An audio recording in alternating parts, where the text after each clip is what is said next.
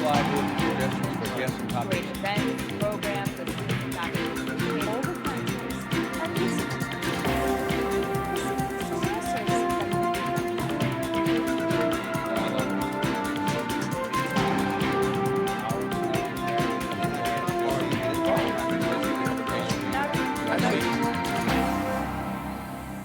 Welcome to this week's segment of Dialogue Houston. I'm your host, Lawrence Payne. To our regular viewing audience, welcome. For those who have just joined us for the first time here, we're here now every Tuesday and Thursday at 6 a.m. and again at 6 p.m. and Saturday afternoons at 3 p.m. As always, at the top of the hour, let me thank you for your thoughtful calls, emails, and text messages concerning previous shows we've aired here on HCC's TV Dialogue Houston. For after all, this is your community affairs, public affairs show now proudly in its 30th season.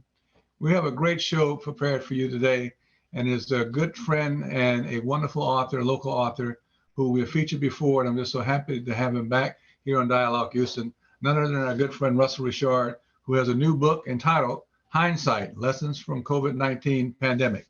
But before I get into that book, the new book, Russell, welcome first of all. How are you? Hello, Larry. Good day. I hope you and the HCC team are doing well. Thank you. Before we get into this current book, tell us about the two previous ones a little bit. Just touch on them so give our audience a flavor. Well, Larry, I appreciate it. As you and I have spoken before, we talked about, I did write two books during the pandemic, during the last 2 years. One was Beyond Words, and the other most recent one was Hindsight. Beyond Words dealt more with the emotion of the pandemic as we were going through it in 2020. And Hindsight, the most recent book, was an opportunity for us to step back a little bit and reflect and glean lessons from the last 2 years. I may have mentioned this to you once before, Larry. When I was beginning these writings, it was a mechanism for me to cope with the solitude that I was dealing with at the time. But it wasn't until later that I realized that it was the solitude itself that created the writings and the book. And I discovered that there is a depth and a sweetness to solitude that one cannot really know unless they experience it or taste it for themselves. Good point about solitude. Let me just talk a little bit about the book, and then we're going to dive into it, and we'll actually take it chapter by chapter, because I think it's an interesting way to go through it. The wonderful book talks about the world of 2021. It is an awakening of pervasive social injustice. I think we became really aware of what was going on around us. It talks about systematic inequality and inequities. It's made visible what was hidden and put in plain sight. You could not turn a blind eye anymore. This book provides practical lessons gained to transcend the pandemic, but it also gives us a new narrative that can lead to a better future. Collaborating, overcoming our challenges so that we may live up to the promise of humanity and do it with deepened solidarity. The book, to me, is a wonderful place to jumping off for conversations and dialogue. The 10 lessons in the book, as I mentioned, we will now go through them one by one, really sets the tone for a group to have a much richer, deeper dialogue and conversation about these issues. And of course, in all things, and all practical ways of approaching something, Russell starts off with change. Change is the first thing. Tell us about change, because change is a word we don't really like to deal with, because we're not going to change much because we're all perfect human beings. Larry, thank you. Let me say from the onset that everything I say today, I say in the spirit of encouragement and optimism. And the book was written in that same spirit. So many people endured hardships during 2020 and 2021. And my deepest sympathies are with all of them. The book does start off by talking about adaptation, and that adaptation is central for life. But Larry, it's really more than that.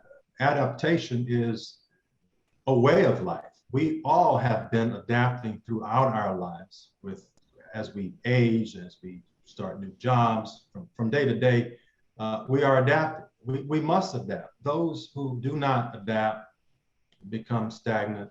Those who become stagnant get left behind.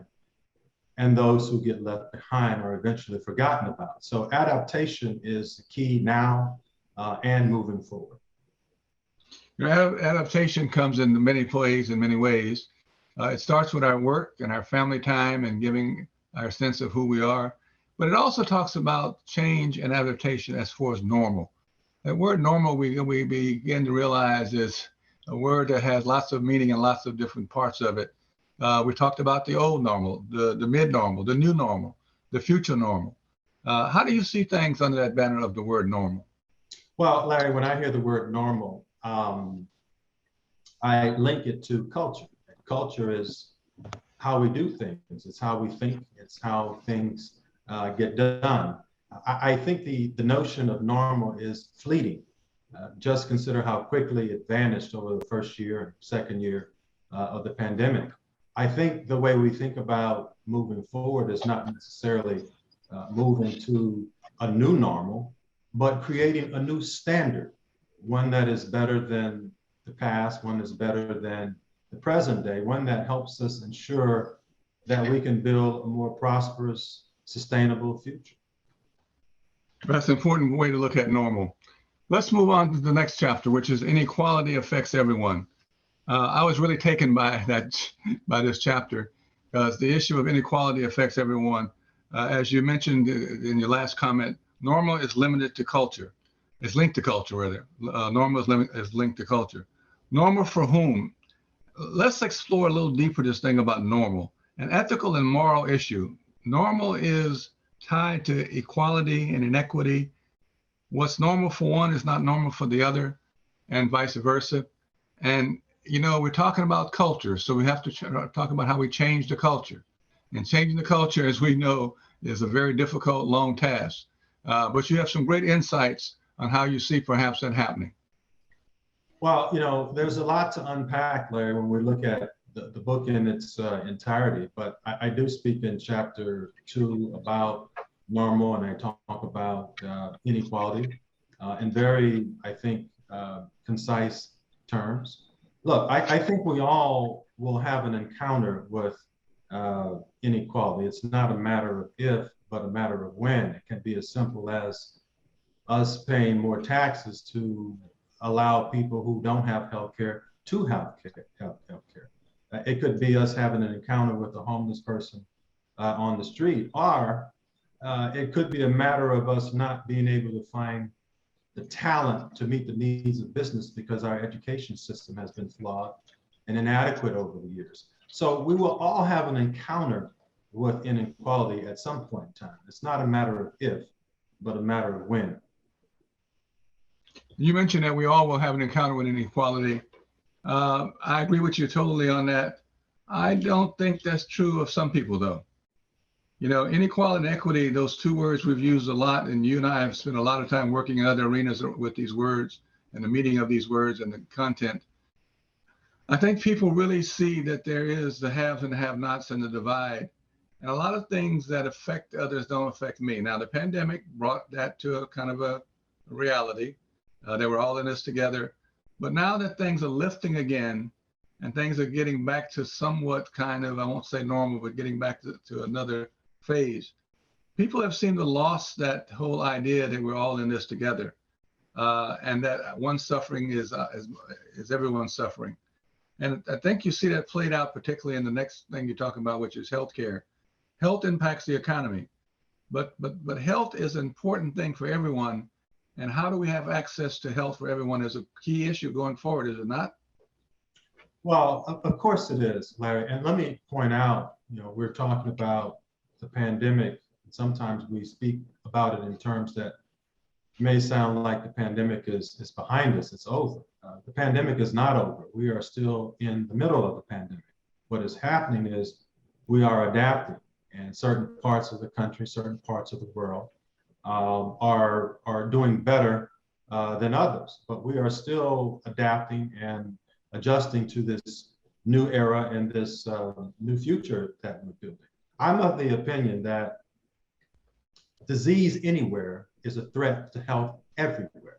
So we can't relax and allow ourselves to be too comfortable until COVID-19 is eradicated everywhere.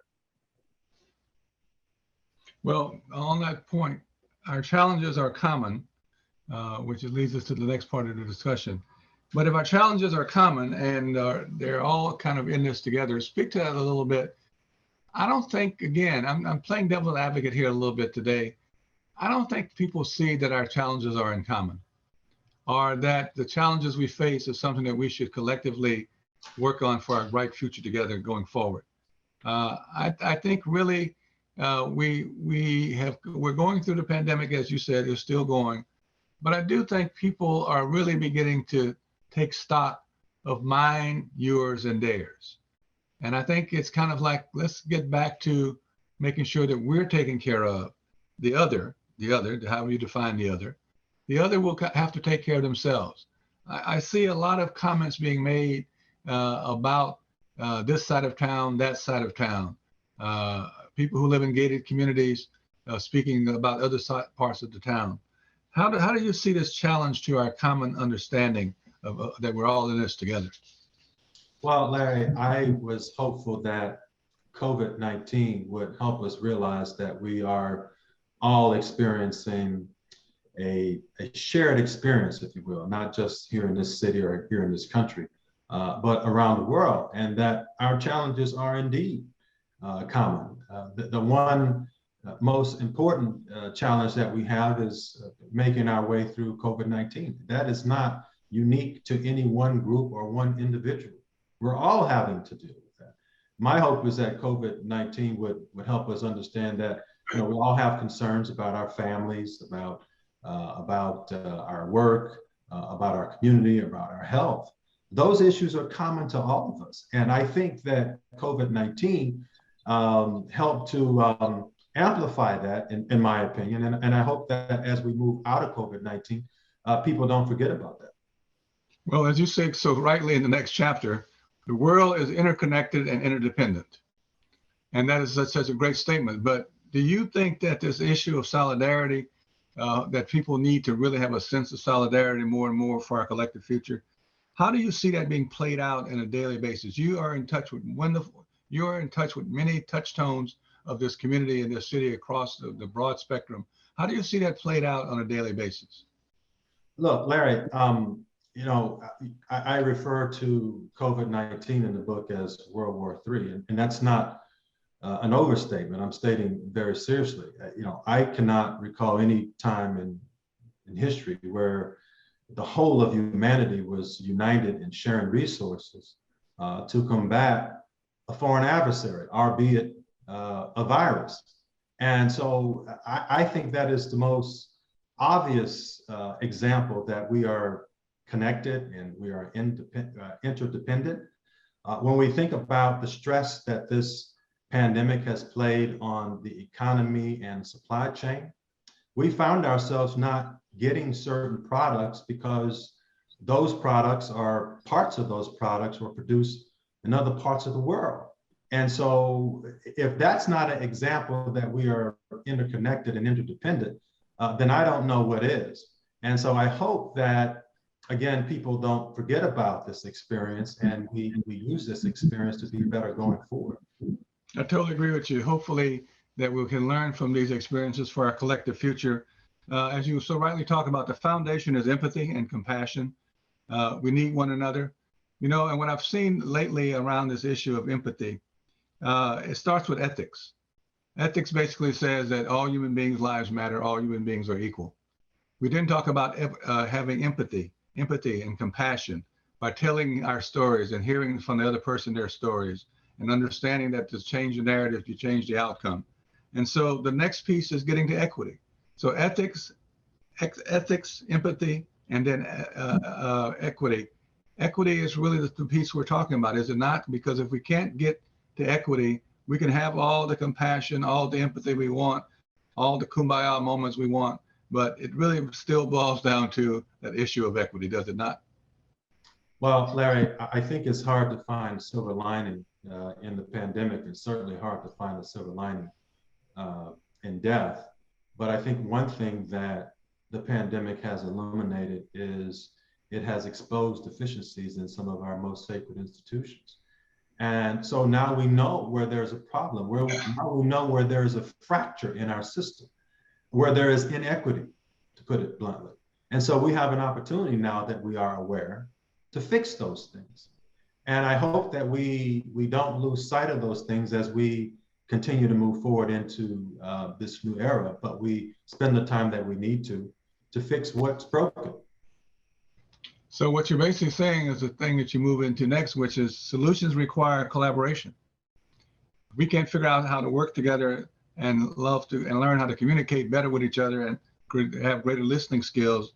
We're not going to get there. And it seems to me that we have a lot of work to do in that arena, in that area. Well, I think that our challenges are far too complex for any one individual to resolve them alone. And I think any lone ranger with cavalier attempts to address our challenges will only result in failure. Look, our challenges are intractable. We won't resolve them quickly, and we won't resolve them easily. But the only way to resolve them is through collaboration and working together with a singular focus and a common interest.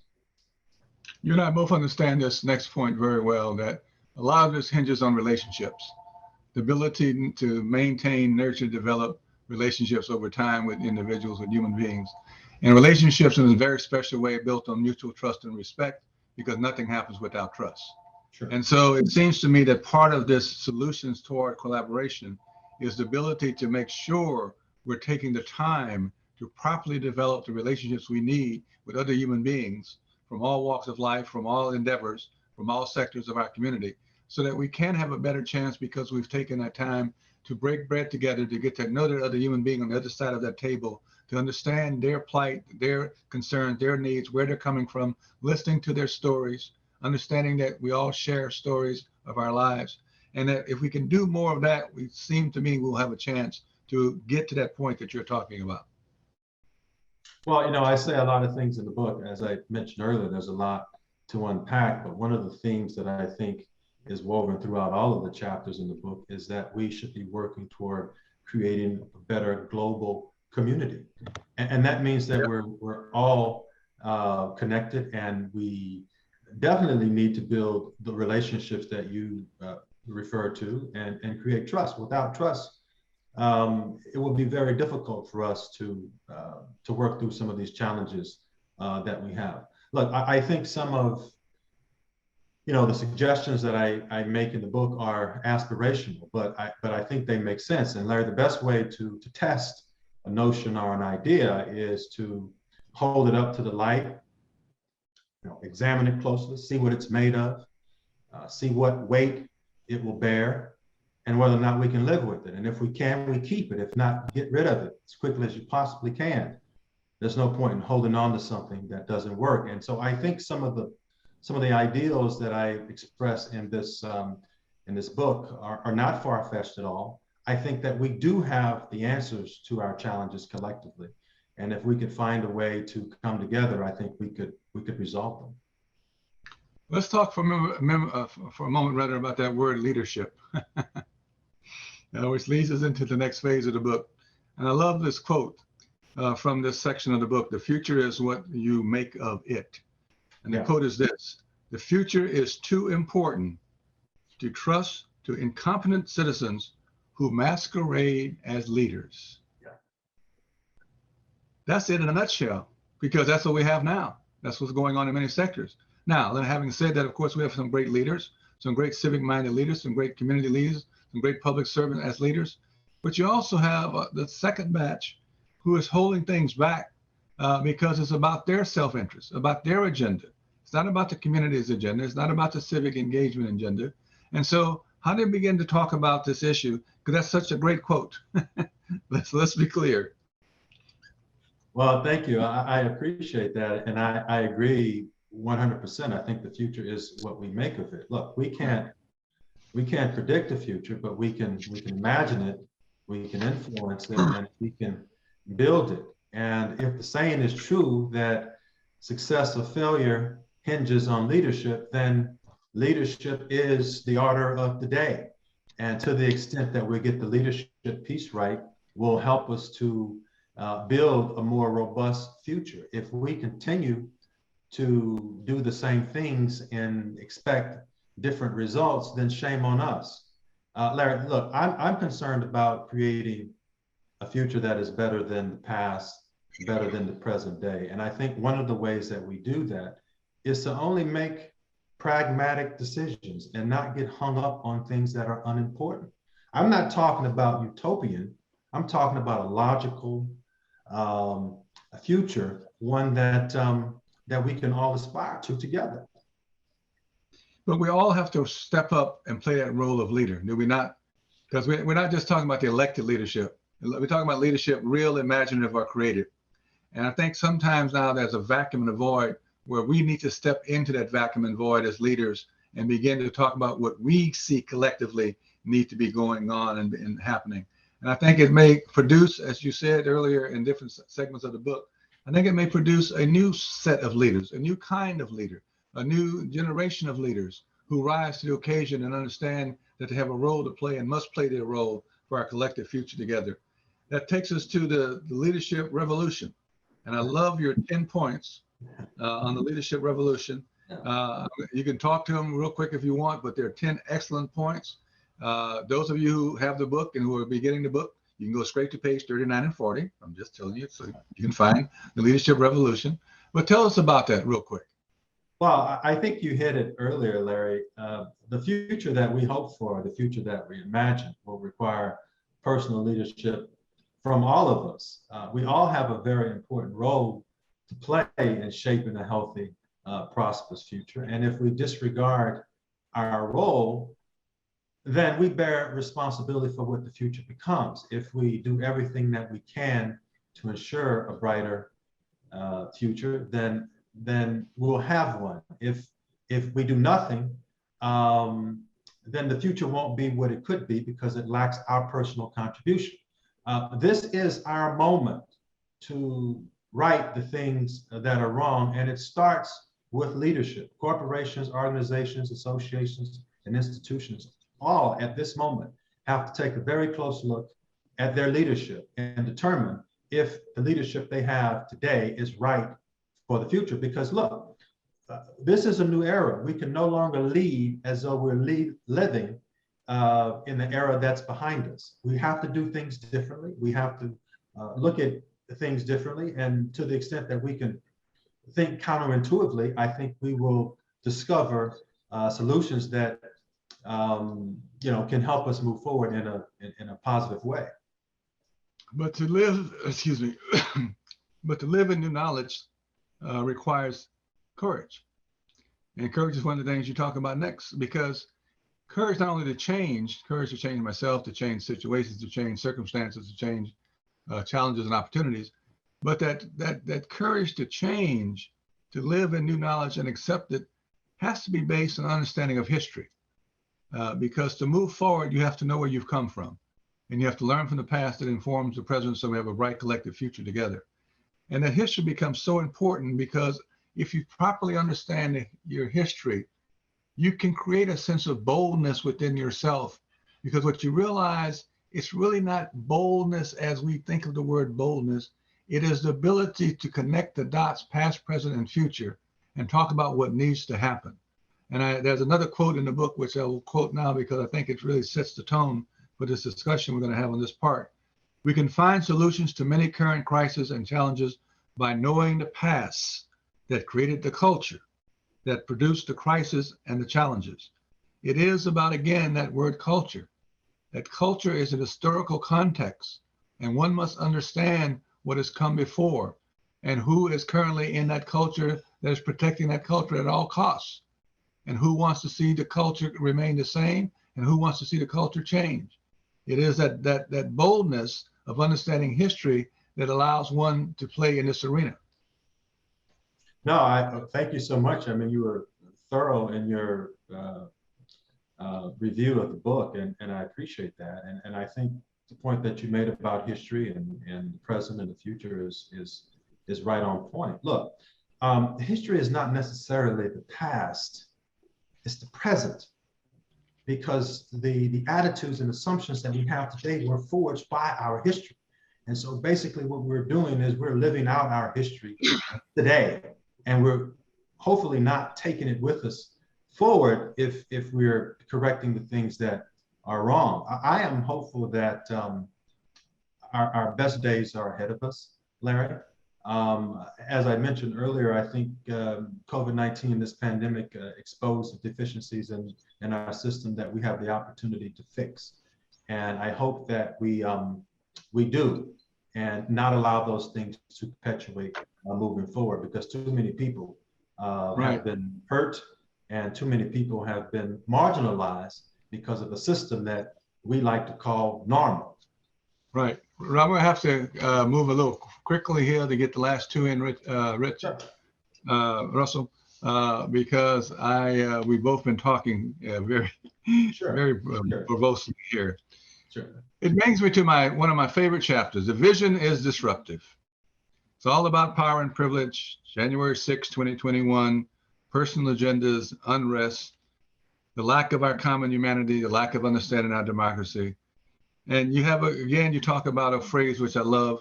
What kind of new normal can rise from the ashes of the old normal?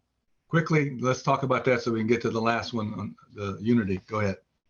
Look, division destroys trust, which we were talking about earlier, and it impedes progress. It is the perfect recipe for failure. Oftentimes division is rooted in winning and losing. And the way to correct that is to come together and focus on common interests and eliminate losers and winners. Our path forward it can be a bright one, but it will only happen if we're working toward it together and not divided. Nothing divided against itself will ever achieve its fullest potential. That brings us to unity. So quick, 30 seconds on unity. Well, I think I may have mentioned in the book that people are our biggest asset, but unity is our greatest strength. And with unity, there's no limit to what we can accomplish. Well, Russell, we want to thank you for writing this book. We want to thank you for taking the time to walk through it with us. Sure. It's a wonderful book. I encourage everyone to get it.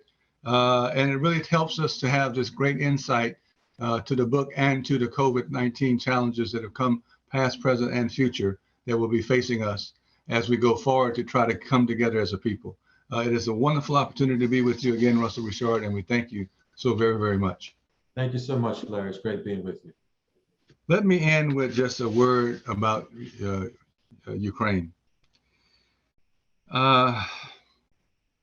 It is so disheartening. It's about democracy and the rule of law. It's about patriotism, people defending their homeland and their way of life against a cruel and foreign power.